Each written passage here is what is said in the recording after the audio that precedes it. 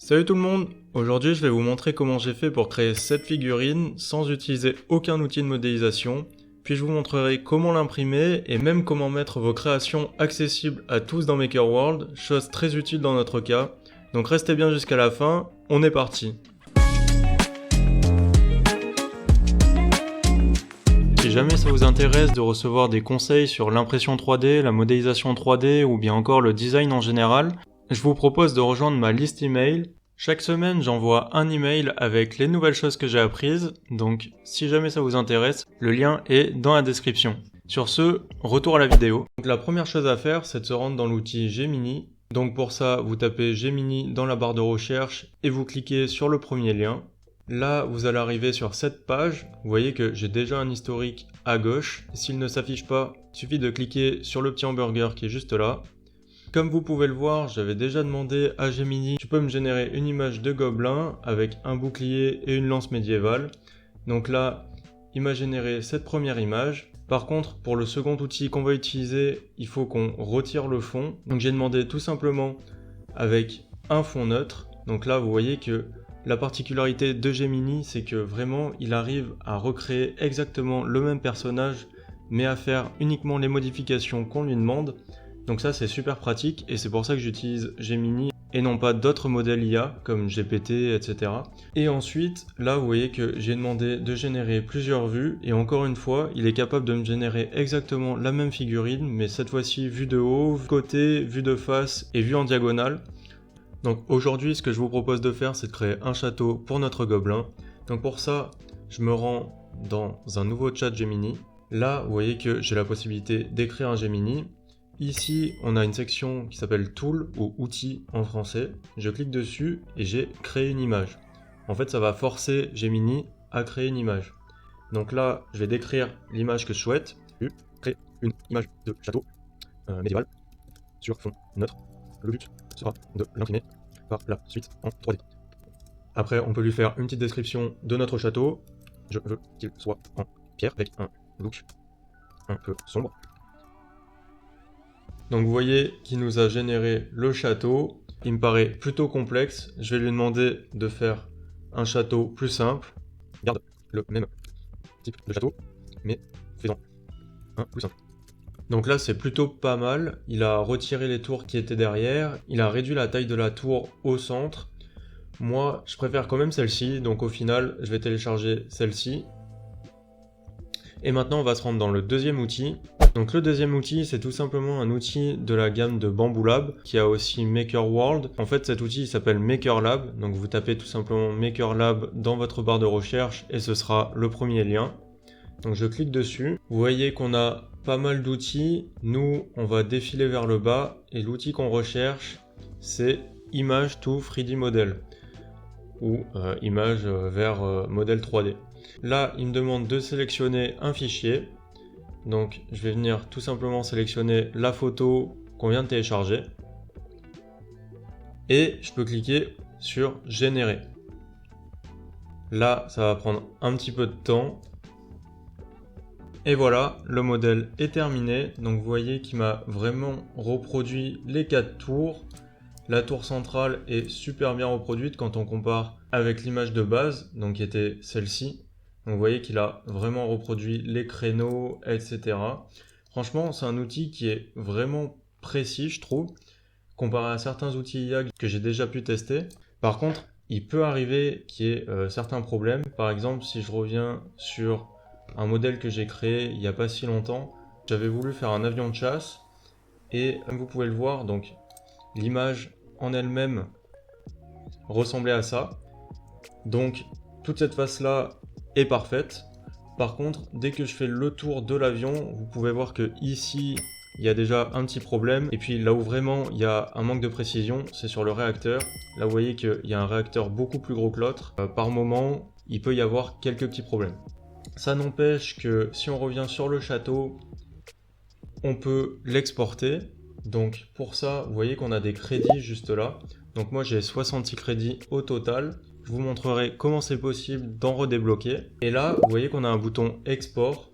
Donc je peux cliquer sur export. Il va me dire ok, ça coûte 2 crédits, vous en avez 66.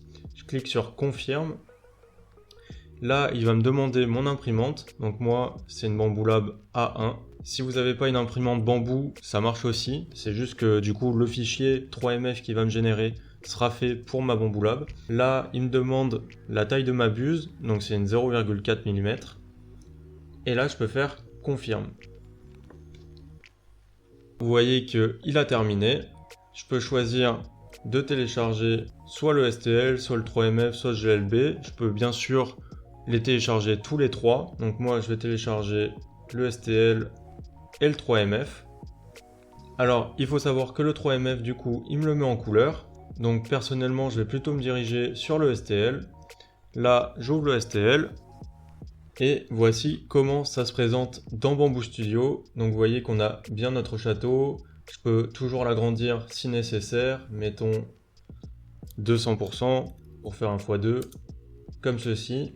Là, je peux venir sélectionner mon fil. Donc moi, ce sera générique PLA. Et ensuite, je peux venir le trancher.